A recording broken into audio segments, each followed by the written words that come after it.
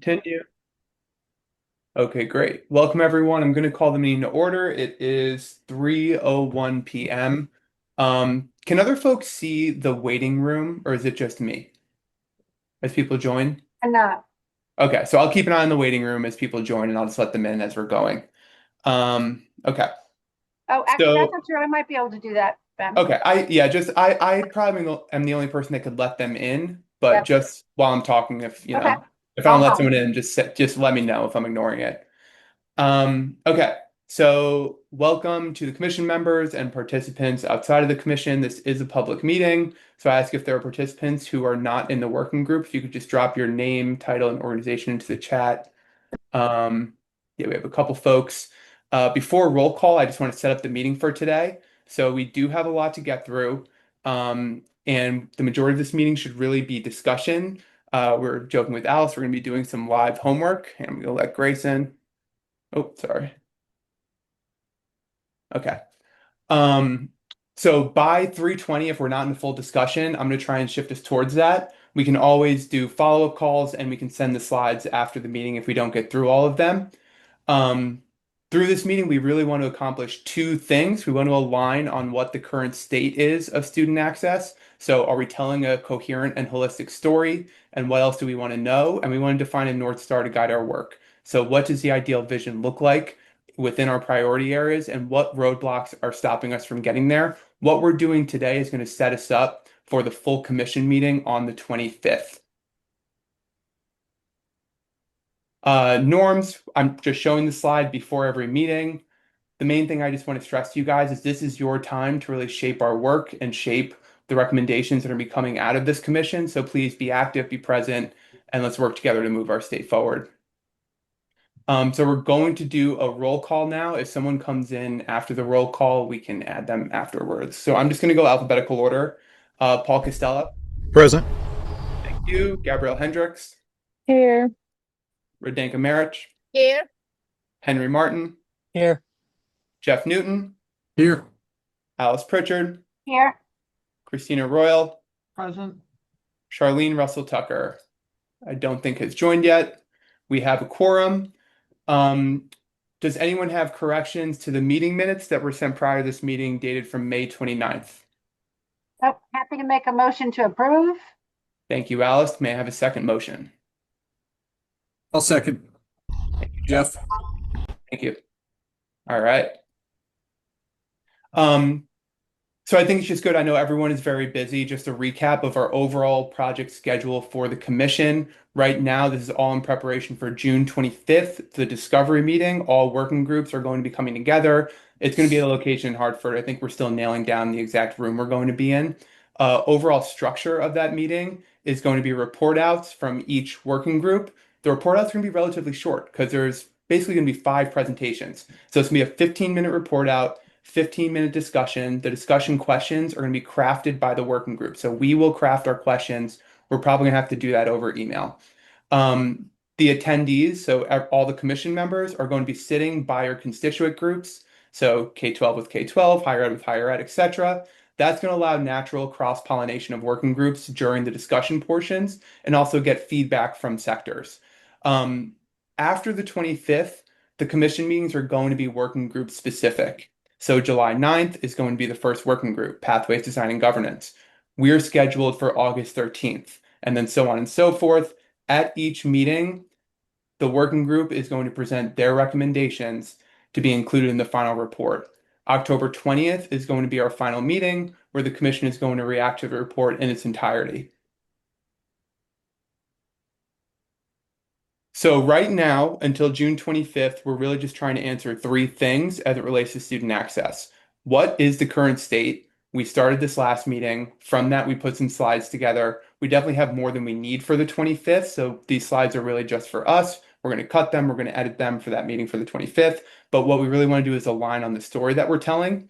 And then last meeting, we didn't get very far on the next two sections, which are the future state. What does the ideal vision look like? And then the barriers, what are the impediments to achieving that vision today? That's going to be the bulk of our meeting. From what we talk about, we're going to build out some slides, present them on the 25th. So, quick reminder, our area of work in student access is aligned to the executive order that created this commission. And specifically, we're meeting the section within that EO that's on credentialing and quality. So that's why, I keep hitting on early college credits, credentials, and value school models. It's written in the EO. Um, I'm going to pass to Christina here to walk through our current state of student access. Before Christina gets going due to time, I'm just going to ask that all questions and comments be held until the end. We purposely have discussion time built in into this deck after the landscape analysis. We absolutely want to hear from you, but we don't want to get caught up on any one slide. And then during the discussion, if I think we start getting sidetracked, I'm just going to ask us to take it offline on an individual call. I know the devil is in the details, but I think during this hour, we're not going to be able to get very deep on every single item. So with that, Christina, take it away. Great. Thank you, Ben. Good to see everyone.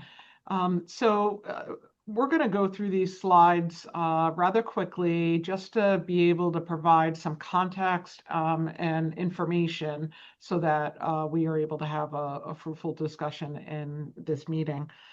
So as a reminder, these are the three areas that we are focused on, and they are specifically built off the executive order. But we are looking to make recommendations in regards to expanding dual credit, looking at an increase of credentials, and also looking at career pathway programs. So those are the three areas that our group is focused on. Ben, next slide. So I definitely want to give a shout out to CSD. Ajit and Charlene had presented at our first meeting. They have done some really great work in this space. We are not really starting from scratch. What we're doing is trying to build off the existing work and research that has been done in the state so that we can expand the opportunities that are done. These are a couple of bullets that highlight where some of our momentum is.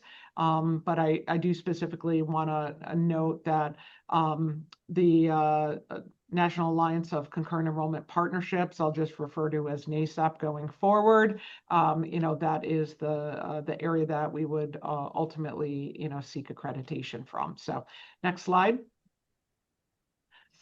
So looking at the current state of dual enrollment, here you can have a chance to see what the progression has been over the last several years within Connecticut. And you can see that UConn is certainly taking the lead as I believe the first in the country to be able to offer dual enrollment, and that it is expanding within the context of CSCU and the private institutions. So we are on a trajectory to increase, albeit it's growing slowly, and I think the work that we're doing will have an opportunity to continue to present this and build off of this work. But we are ultimately looking to continue to grow this work. And the fact that we've got almost 31% of Connecticut 11th and 12th graders that are meeting the benchmark is a good start. But again, we do have some work to do in this area. So next slide. All right, so this slide is actually looking at the comparative measures to other states. And, I think we have to be honest about some of our areas of weakness, and certainly, we are behind when you look at the national average. As we look to prepare and seek accreditation through the National Alliance of Concurrent Enrollment, we do want to continue to grow in this area. But the community colleges have been much more active within the context of dual enrollment at other states. That hasn't been the case in Connecticut for a variety of reasons, but it is certainly an area that we want to grow through some of the recommendations that we're making here. I just will point out here, just for context on where we are from a measurable perspective. We have 10% in comparison to the national average when you look at dual enrollment as a percentage of community college enrollment. And then as a percentage of all enrollment, we're at 5%, and the national average is 12%. Next slide. So when we look at dual enrollment in our current state, we have a lot of courses that are offered. And, over 900 course offerings is pretty substantial. The opportunity for us to look at is how do we make sure that the courses that are offered are in alignment with the career pathways, as opposed to just offering courses. And so I think we need to look at the specific courses that are offered, figure out what makes sense, what is going to help them get to a career pathway and to completion. And so that is going to be, in some cases, a lot of very detailed work. And I think it's incumbent upon us as a commission subgroup to be able to look at the areas of recommendations that we make that can help produce a different outcome here. As you can see, one of the noteworthy statistics is 32% of the top 10 course completions are aligned to CTE pathways. This has an opportunity to be a lot higher. So next slide. So this report came out last year, and when you look at Last month. I'm sorry, last month. When you look at policy recommendations here, we do have an opportunity to make some improvement here. We've adopted 5 of the 12 policies, so there's some opportunity for growth here. The color coding gives you an opportunity to see what this looks like across the country, even though we have focused a lot on our New England counterparts. We know that these policies will help us towards greater adoption in the dual enrollment space. And so we want to spend some time today talking a little bit about those. And I have another slide, if you transition, Ben, that can give us a little sense of, how we go deeper in this. Do not use elevators. Repeat. Do not use elevators. Sorry. All right. I have to go address something building wise. I can take it. I can take this one, Christina. Thank you so much. Totally, all good. A literal fire drill. Okay, so I see Ajit's on the line, and I think Ajit, you'll really appreciate this. So I saw that report that came out last month, and I wanted to look deeper into the policies that they're actually ranking these states on. And as I looked at them and the 12 different policies, what I noticed is that Connecticut was not meeting these ones that are highlighted in green: quality standard, assessment of quality, system collaboration, and family notification. I believe that we are now hitting those based on Public Act 2599 that was passed last year.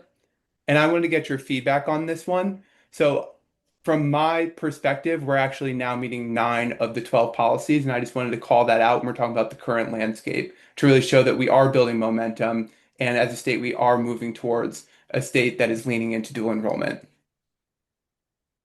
And Ajit, we can take it offline if you have to, if you're doing something else. But this is just for the group.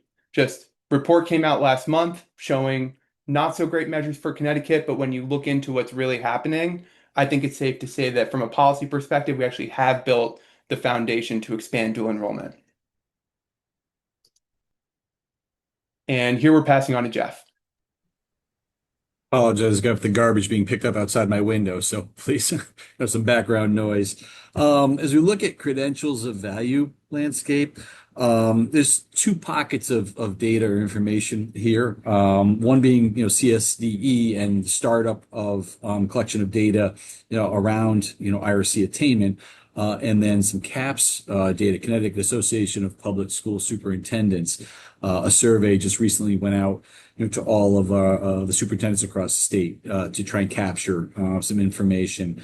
When you first look on the left in relation to, the state data, again, not yet, and we're not there yet, but CSD is beginning to collect, data during this year with a reporting component that's going to come forth in 2027.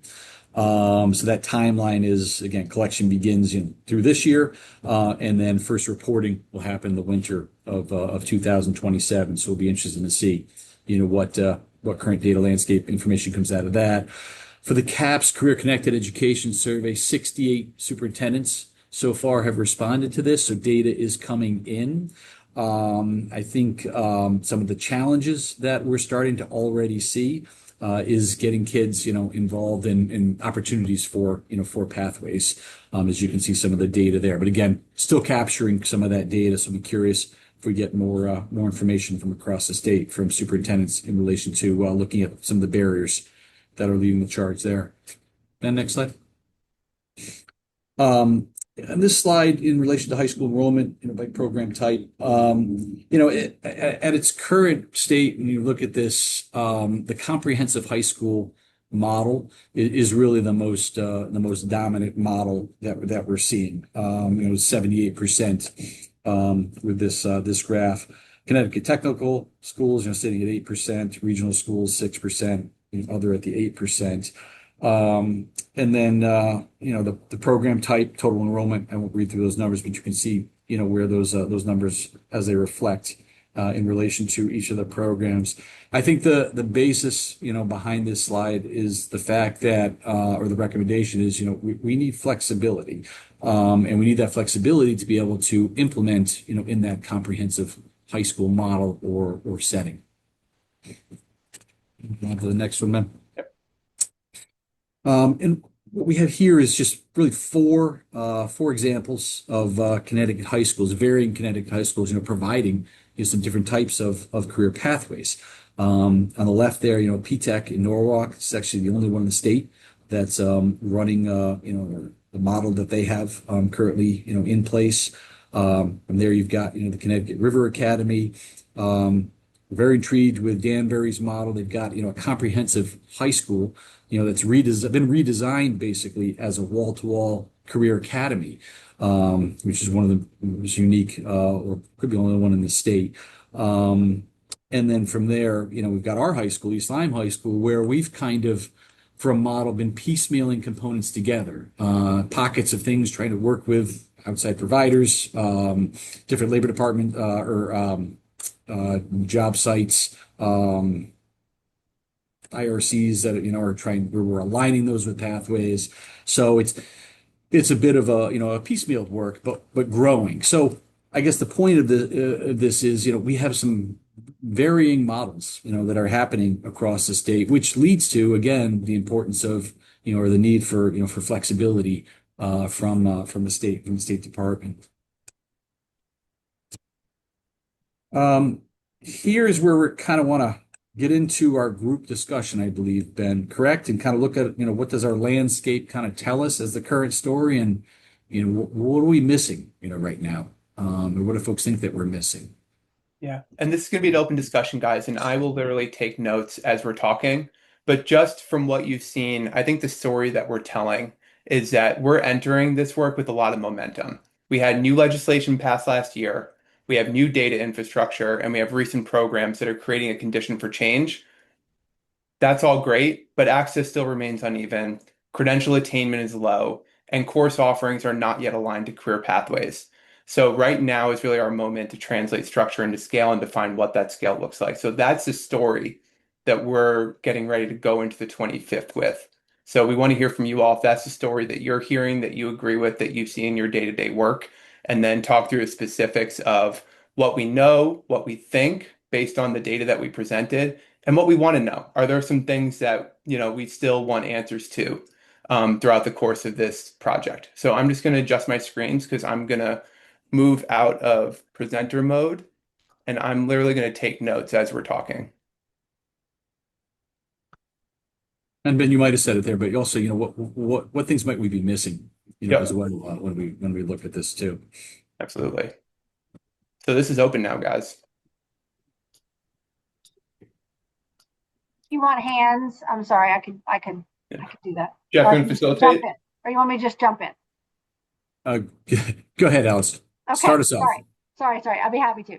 So I do, don't change the slide, but I do want to say that we do know the C-TECH credential data, like that is available. I can tell you what, the however many thousand credentials we had this year. I can tell you exactly what they're in and how many kids got which. So within our smaller universe, because it's what we do, we can actually tell you what that is. Interestingly, we could probably also tell you, as you were looking at the barriers, one of the barriers is cost of the credential attainment for the school district. We can also tell you what we're spending on it because we have, multiple credentials across, 14 different trade areas. So we're also paying fees for our students to take those tests. So just want to suggest that there's some data there that might be useful as we think about, what's going forward. I guess I guess I took a little, like, I don't think I can say that credential attainment is low at CTEX. That doesn't work for me, or the course offerings are not yet aligned to career pathways. So, and I bet even, Danbury would say about their academies, they would say probably that their coursework is aligned to pathways. So we just might want to, on the narrative, we might want to change that wording up just a little bit. Yeah, I think if you were to say on a statewide level, because of course Sure. there are pockets of excellence. We came in, totally recognizing that. Sure, that could be it. But the one thing I wanted to suggest is also part of, I don't know if it's part of the statement that you made or it's part of the kind of challenges, is the alignment of this goal to what schools are held accountable for. So, and again, I know the State Department of Ed has talked about, rewarding schools or recognizing schools that are increasing exactly these things. And so I would just say another barrier is that our metrics don't align to this goal potentially. Again, if the goal is only college and then it doesn't matter if I get college credits while I'm still in high school. It only matters that I go to college for the school to get that bonus point. So I think there's another alignment issue there, because obviously what we measure, we do, and also gives us justification for spending money in those ways. So if Yeah. I can go feedback. after Alice Penn, this is Radenka Merrick, president of UConn. I think it has to be clearly stated the goal. And goal, in my mind, is a job opportunities for young people, either by having certificate, having college degree, having university degree, regardless the economy. How you prepare the students and people to have the jobs, regardless the technological evolution, AI or quantum. What are the skills and knowledge that they have to have, and how you start linking them in the database with employers. Because one thing everybody starts doing internships after the junior year of looking for the job in the senior year, but that early matching has to start with enrollment. So what are your enrollment predictions? What are the requirements of the market? What are employers telling us? Are Connecticut employer going to need 2,000 or 10,000 engineers in 5 years? Are they going to need to have 1,000 dentists or not? And why? And how we provide them the database that UConn cannot serve everybody, but at every different entry level, here are the schools that will provide to meet your needs. Yeah, aligning with industry demand, absolutely. Because you had asked in the chat about what constitutes low, I think, if I remember. Yes, I think I was just sort of saying when Ben was saying, industry attainment is low, what would be adequate in order to know that it is low? What is the adequacy threshold?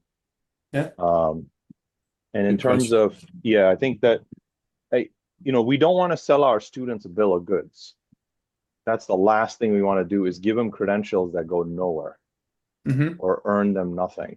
I think the credentials have to be meaningful and they have to be truly of value. So that work is starting between CSDE, OWS, sector partnership, et cetera, so that we can actually incent those types of credentials, not any credential. Right now, we just have a laundry list, but it's got to come into focus.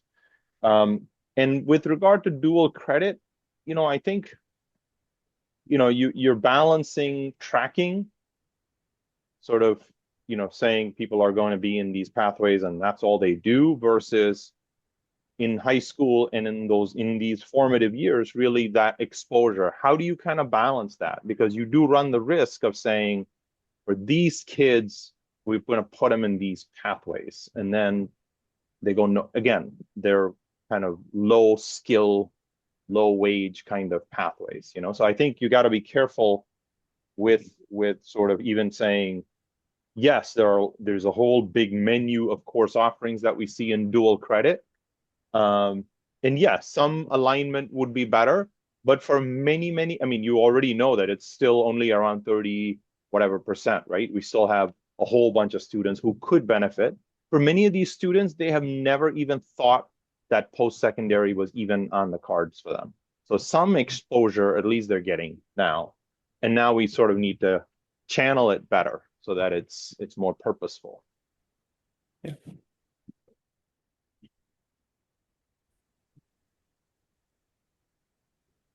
Anyone else have Grace? Grace.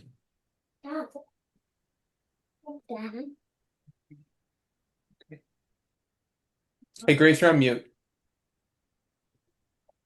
Sorry. I'm wondering if there's any data that we have on who is participating in dual enrollment. It's sort of talking about what Ajit was building off of Ajit. Like who, I'm assuming eventually, if there are resources, they are going to be limited. And so if our North Star is, are we spreading it thin like peanut butter, or are we focused on building pathways for those who don't have them? I think dual enrollment, too, when we think about young people who aren't necessarily going to college, that early exposure to college can actually increase college going rates. So if we have more information about who's actually accessing these opportunities, and if we're finding that certain populations aren't, maybe that helps us focus what could end up being very limited resources. Yeah. And to that, I think as you can speak to it, CSD is really good at placing that data on race, gender, income. That's all available on EdSite, correct, Ajit? Yeah, and that's one of those situations where I called out like in those like that was one of the recommended policies from I can't remember what that scan was that they said Connecticut wasn't doing, and I just thought, wait a second, like I was just on EdSite and we absolutely are doing that. So Yeah. yeah, Maybe so we could put that in here for the 25th. yeah.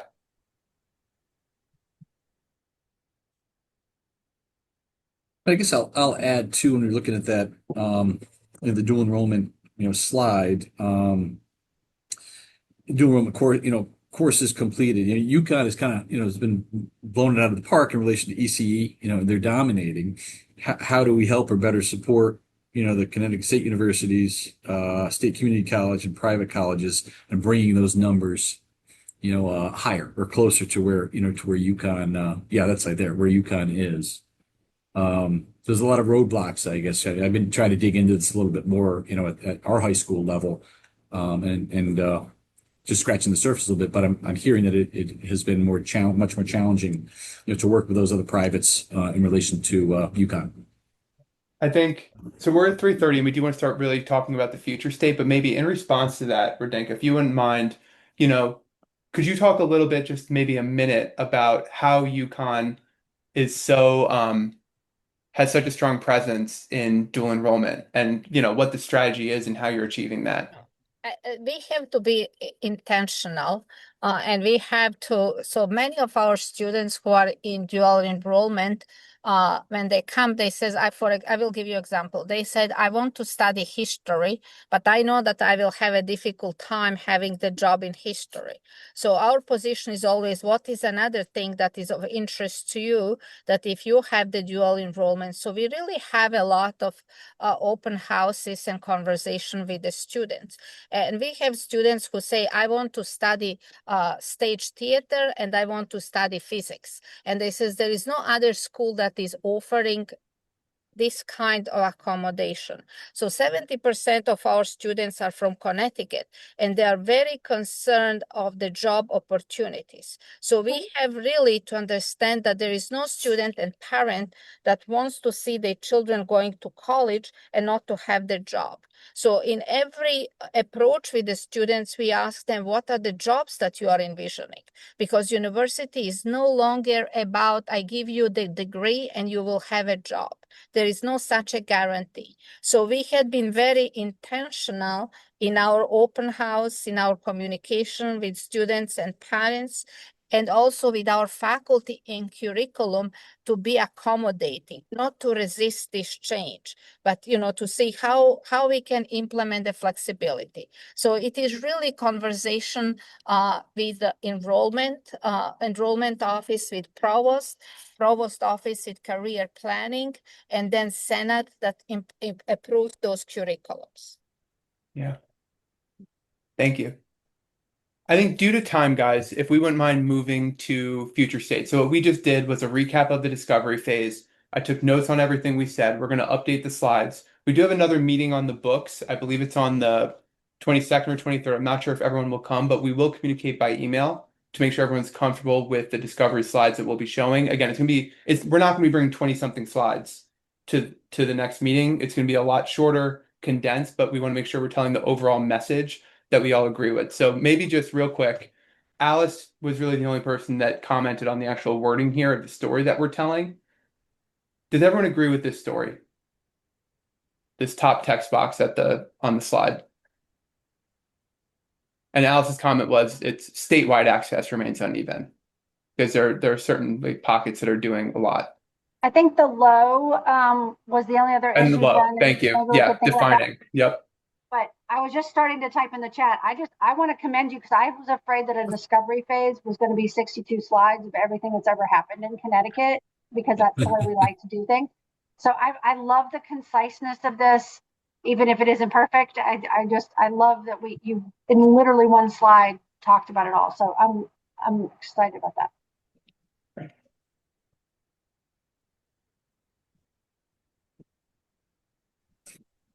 Right.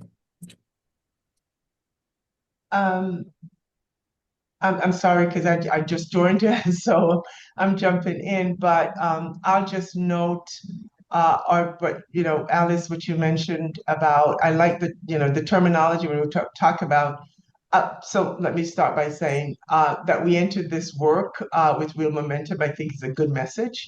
Yeah. That we're putting there with, and we're not at a deficit model. And I think that is really important for the work that we're doing here. And I know you were having conversation about uneven and low, so I'll leave that to where you are. I know Ajit is on with me, so I don't know if you had any thoughts. I wanted to call his voice to the room if necessary, and he may have spoken even though I just joined.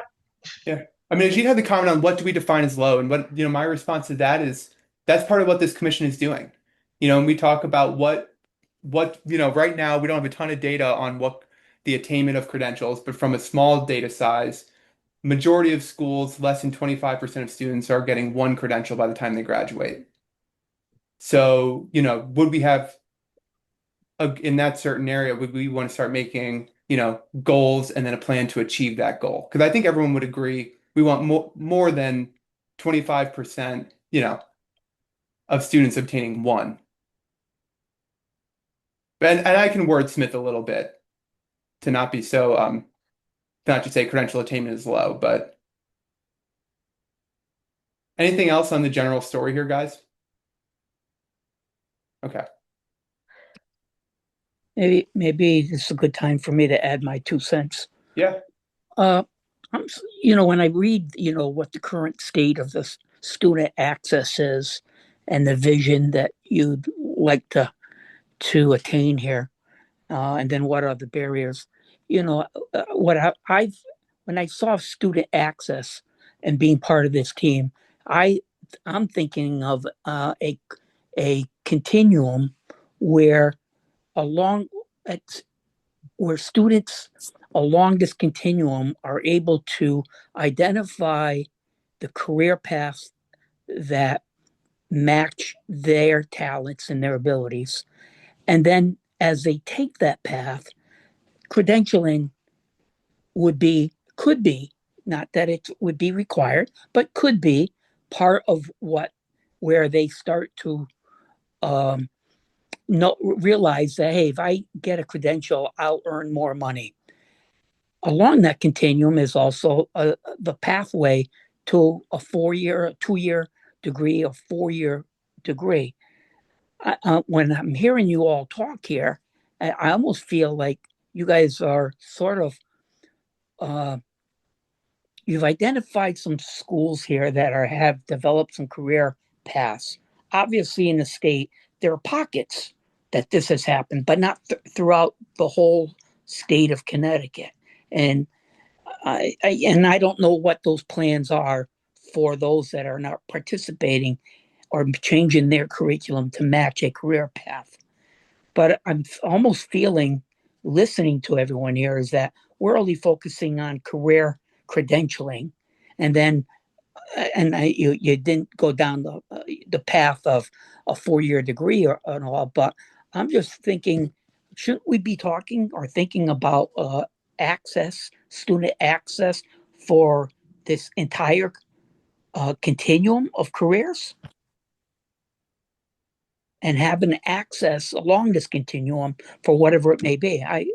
Maybe I'm all wet behind the ears, but I guess I see things a little bit differently. Yeah.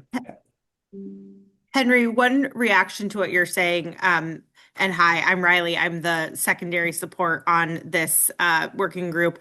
I think you are raising a good point, and I think it might be helpful to contextualize some of the work that my group is doing, and also some of the work that Chris Rivers, the Pathways Design and Governance group, is doing. So the first working group is really focusing on like defining a pathway. And I think this is getting to your point of like, this is a continuum that starts in the younger grades and goes all the way through a career, and that there are multiple steps along that. There's awareness and exploration. There's, taking assessments, even going to career fairs and finding out what careers are out there. Then this is a very specific sub-segment that Ben is really looking at of dual enrollment and credentials as a step in that path. Mm-hmm. And then the work that my working group is doing, which is about student counseling and navigation, is supporting students in navigating these complex systems with a trusted adult and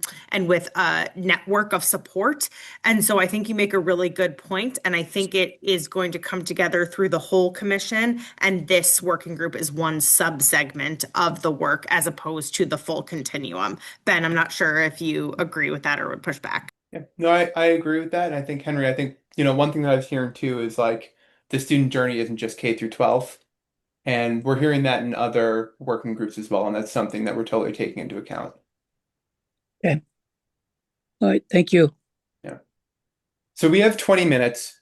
What we just did is we laid out the current landscape. We recapped our current landscape. We're taking all this feedback and we'll share out updated slides. And again, we have another working group meeting, the 22nd or 23rd, I can't remember, but before the 25th. But I think some of this might have to be done over email or individual meetings. What I want us to move to is our North Star, because as part of the 25th Discovery meeting, we want to lay out what an ideal vision looks like in Connecticut. Relatively soft language here, but just where we are and then where we want to be within those 3 categories. If folks want to just take a minute to read it, I don't think anyone would disagree with what we're saying here.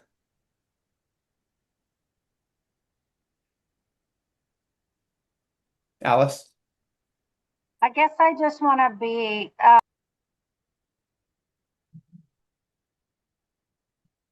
Oh, Alice, we lost you. Nope, sorry, I was muted. Hold on, sorry. Um, I guess I just want to make sure, again, college is not the route for everybody. We're kind of saying it is maybe in this language a little bit. So I would want to, I know you said it was soft already. I probably want to make it even softer. Okay. So I think they have the opportunity to earn meaningful college. Not that can earn means the same thing, I suppose, but I just want to be careful that we're not suggesting that everybody goes and that everybody goes immediately. Mm-hmm.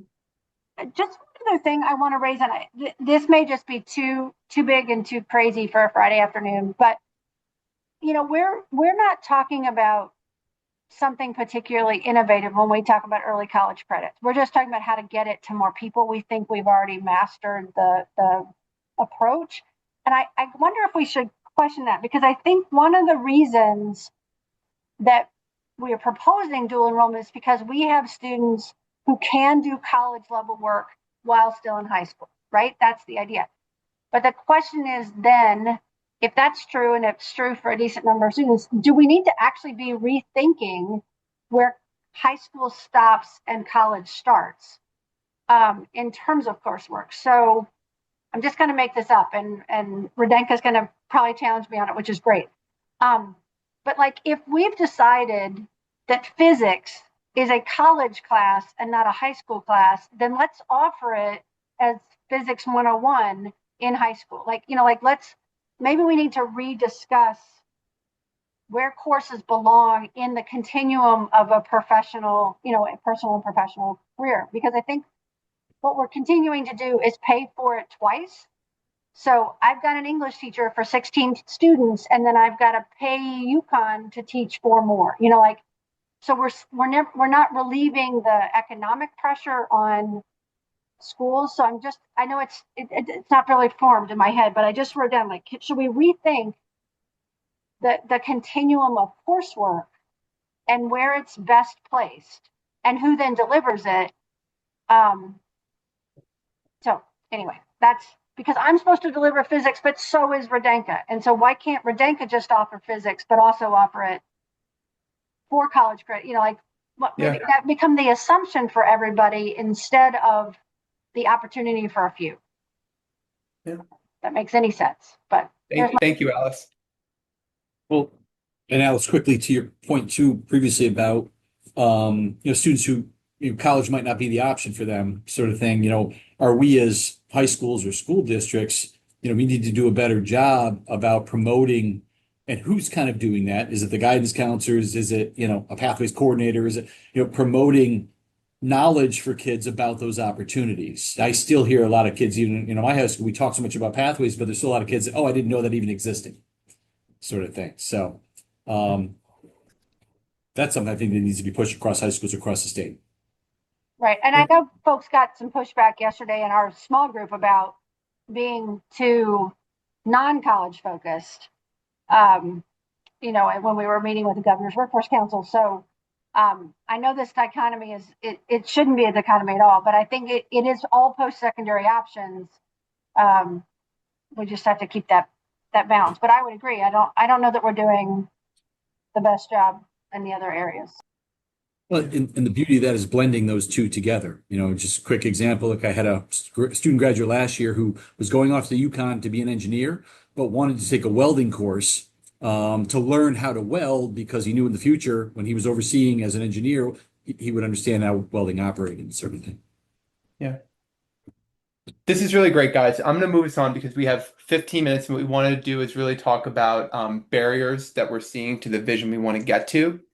So one thing I did, I'm not going to go through these slides because of time, is we did a scan of what other states are doing both in dual enrollment and in industry recognized credentials, both on a high level, but there are common themes throughout both. I will send these to you so that you can just look at them just as inspiration. And then we also have a slide on school models, just so as we're talking about potential things that we might want to be thinking about for this report. Actually, Jeff, do you want to take this slide? Yeah, and maybe just quick, I think it's important points, Ben. Just back up one slide, Yeah. quick in relation to, what other states are doing with, this playbook. Some states are giving districts, institutions money that can then, help to pay for, courses. Some states are tying in grades with credentials and linking those to academic standards too. So just something for us to keep thinking about.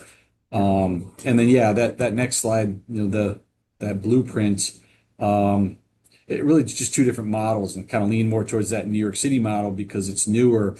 Just over the last 3 years, 157 programs have been launched, noting sites that had, no formal career connected learning before implementation that are now growing. So things are rapidly evolving across, just two examples in Texas and New York City, as noted here. And I think, also the background here is like neither of these happened by accident. It was because Texas went through the same process that we're doing, and they really leaned into technology because tech companies were opening up in Texas and they didn't have the workforce for it. So they really leaned into P-TECHs and early college high schools. New York City, this was very much on the previous administration's education strategy, and they launched a whole new initiative to go into public comprehensive high schools and set up pathway programs. And over a 3 year span, have just been expanding like wildfire. They have the funding for it. It's because they had a plan. Through the plan, they got funding, and now they're implementing it. So in here, we have a decent amount of time to really talk about the future state we want. So from this discussion, we'll build out a slide or two that we'll present on the 25th.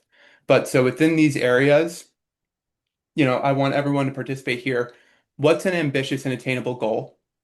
What are the roadblocks to reaching it? I started listing the roadblocks that I've just been hearing in conversations, just so we have something here to work from. And then if we have time, which I don't think we do, recommendations to address them. But let's focus on the first two. So within each area, what do you all think are ambitious and attainable goals?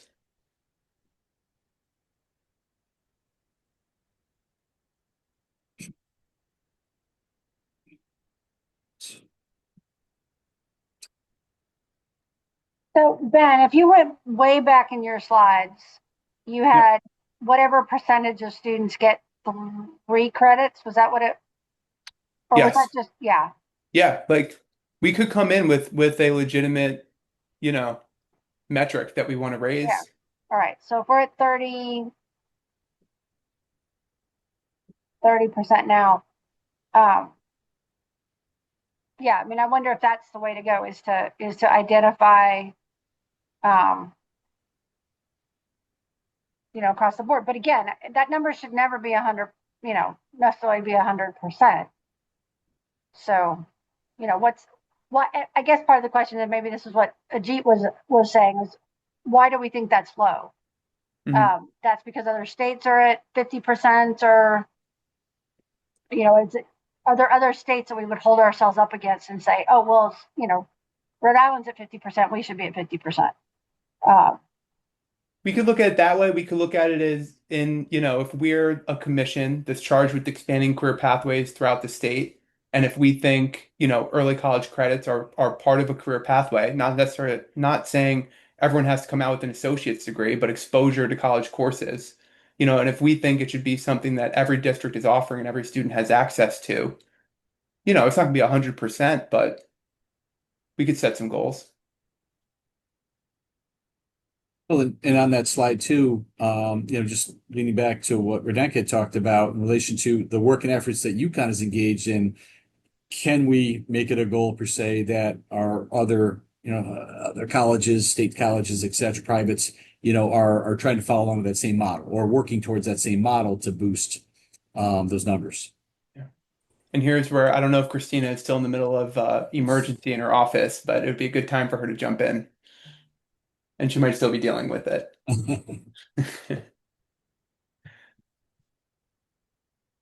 So just going back to goals.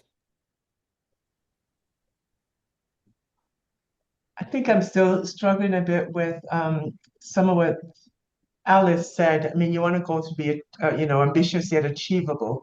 I just don't, like what is ambitious for what we want to go, and we think about, and I know we've talked about barriers. So, I mean, because we could say we want that to double, but is that And that would be ambitious, but is it achievable based on, I know we're looking to scale across the entire state. I'm just struggling as to what is the number that we should be, the target that we should be looking at here. And it doesn't have to be a specific number too. It could be a concept, like for instance, within early college credits, and I'm not saying we have to do what another state is doing, but just to get us thinking. Um, States do interesting things. North Carolina, statewide articulation agreement between their community colleges and UNC system. So it's really easy for students to navigate. In Indiana, they have a 30 credit block course that is the majority of the dual enrollment that students take, and that's an accepted by all public institutes of higher education within the state. And because of that, most of the privates are accepting it. So that's not, we're not just talking about here's a percentage we want to get to, but we can also talk about here's a framework we want to start that, we want to achieve. Here's a concept we want to pursue. Yeah, G just put in the chat, it said that's a gen ed block. And when I Yeah. look at Yep. these different goals, I'm wondering how interwoven you want them to be, right? It's not early college, because when we were looking at the data earlier, the coursework that they're taking that were relevant to in-demand careers was somewhat low, whatever low means, right? So how do these things relate to one another? The credentials of value and the early college credits. And then when it comes to school models, again, it's hard to talk about ambitious and attainable without knowing, like we know we're not going to have unlimited funding, right? With all the Yeah. funding in the world, there's lots of things that we can do. So when we talk about school models and access and equity, who's getting the money? Who's getting the access and the money, and who already has it is a question I have. But I don't think they're like necessarily three silos, right? They're all integrated together. That's Yeah. what I'm trying to say. So let's talk on a larger level then. So not within the three areas, but for the student access working group, our goals. Well, then I think you could, if you go to the broader level, I think we can say every student. Yeah. That every student has an opportunity to earn credentials of value or early college credits aligned to career pathways of their choice. Back to Senator Martin's idea. Then I think you get it. Because I was struggling with the same thing, the either or. And I don't want to make my plumbing students get early college credits if they don't need it, but I need them to get their, apprenticeship hours in and P2 licenses. So, or whatever the license is. So I think the combination of the access to, and that they're, the close we get 95%, we get to, whatever it is. If you can do both, one or the other, and or both, I think that's making sure students get in the right direction. Yep. Do we worry about the peanut butter effect though, where, we spread the peanut butter thin and, some parts already had peanut butter, so they're a little thicker. But I'm just wondering, like, how do we, maybe I'm veering off script here, Ben, and the North Star is supposed to be this, like every student. I'm just wondering what's realistic and where do we focus? The thing about equity, some schools are ahead already. Any recommendation should be, centered in equity. Right. I mean, maybe we're raising all boats Yeah. or the leveling the playing field. And Yeah, I think it also, I think that this is where the flexibility comes in as well, right? So I think, Alice, you're correct. I think we're thinking the same lines as we make this accessible to all the students. And then along the way, we've got 5 different school districts that are ahead, but they're the ones that are going to be leading the pack going forward. And we just grab their ideas for maintaining a flexibility within what we're trying to achieve. Yeah, I agree. I think that what we create for students we don't necessarily, we're not trying to over engineer this. And I don't think we're trying to box folks into particular things in exactly the way, and because life doesn't work that way. And sometimes they should have that option should they so choose, but they should also have the option to do something else if they don't want to do that sort of very prescribed option. So if, I think doing gen ed courses in high school, getting those early college credits under your belt is not a bad thing for some students if that's what they want to do. So I think the and or kind of thing makes sense to me. And there might be, Alice, to your point, I was talking to the electrical union in Hamden, right? And they tell you that in the apprenticeship, they actually have incentives for folks to earn college credit while they're doing their apprenticeship too. So, and they want folks to complete associate's degrees and get college credentials as well. So I don't necessarily see any of this as exclusionary or forcing people into one or another. But I think the more options we give our students, I think the better off we will be.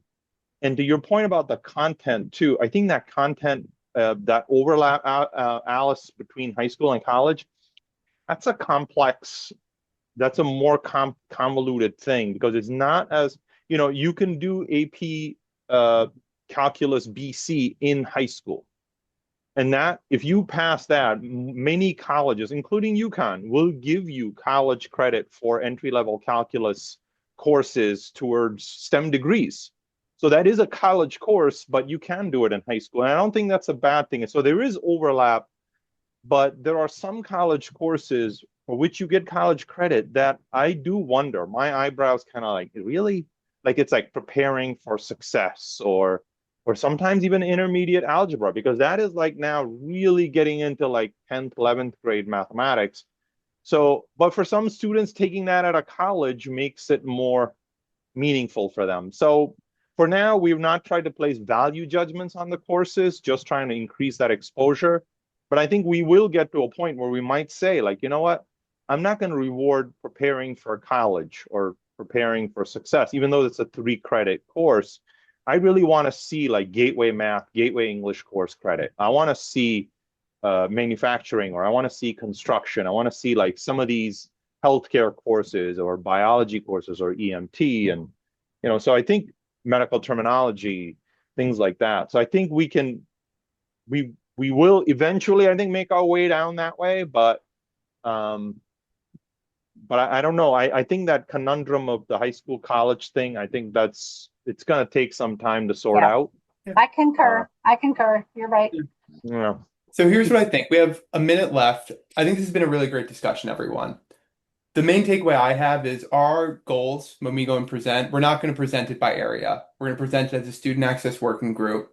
I think everyone is agreeing that, in general, every student should be having access to early college credits and or credentials of value within any school model. Here's what I'm going to ask is, let's, through email and we're meeting again the 22nd at 11, let's come with the roadblocks. And again, I started them based on the conversations I'm having with people and things that we're reading, but I'll share some language on our goal. And then if you could also share the roadblocks that you see to attaining that goal, and then I think we have enough for the 25th, because at the 25th, all these meetings are working meetings, and we're going to get feedback from the entire commission. So we don't have to come up with a fully baked plan. We just have to present the landscape, show where we want to go, show what's stopping us. Great. Thank you. This is great. Thanks, Ben. Right. Thank you, everyone. Okay. Thank you, Ben. Bye, everybody. Thanks, everybody. And go ahead and adjourn the meeting, and I'll stop recording. The meeting is adjourned.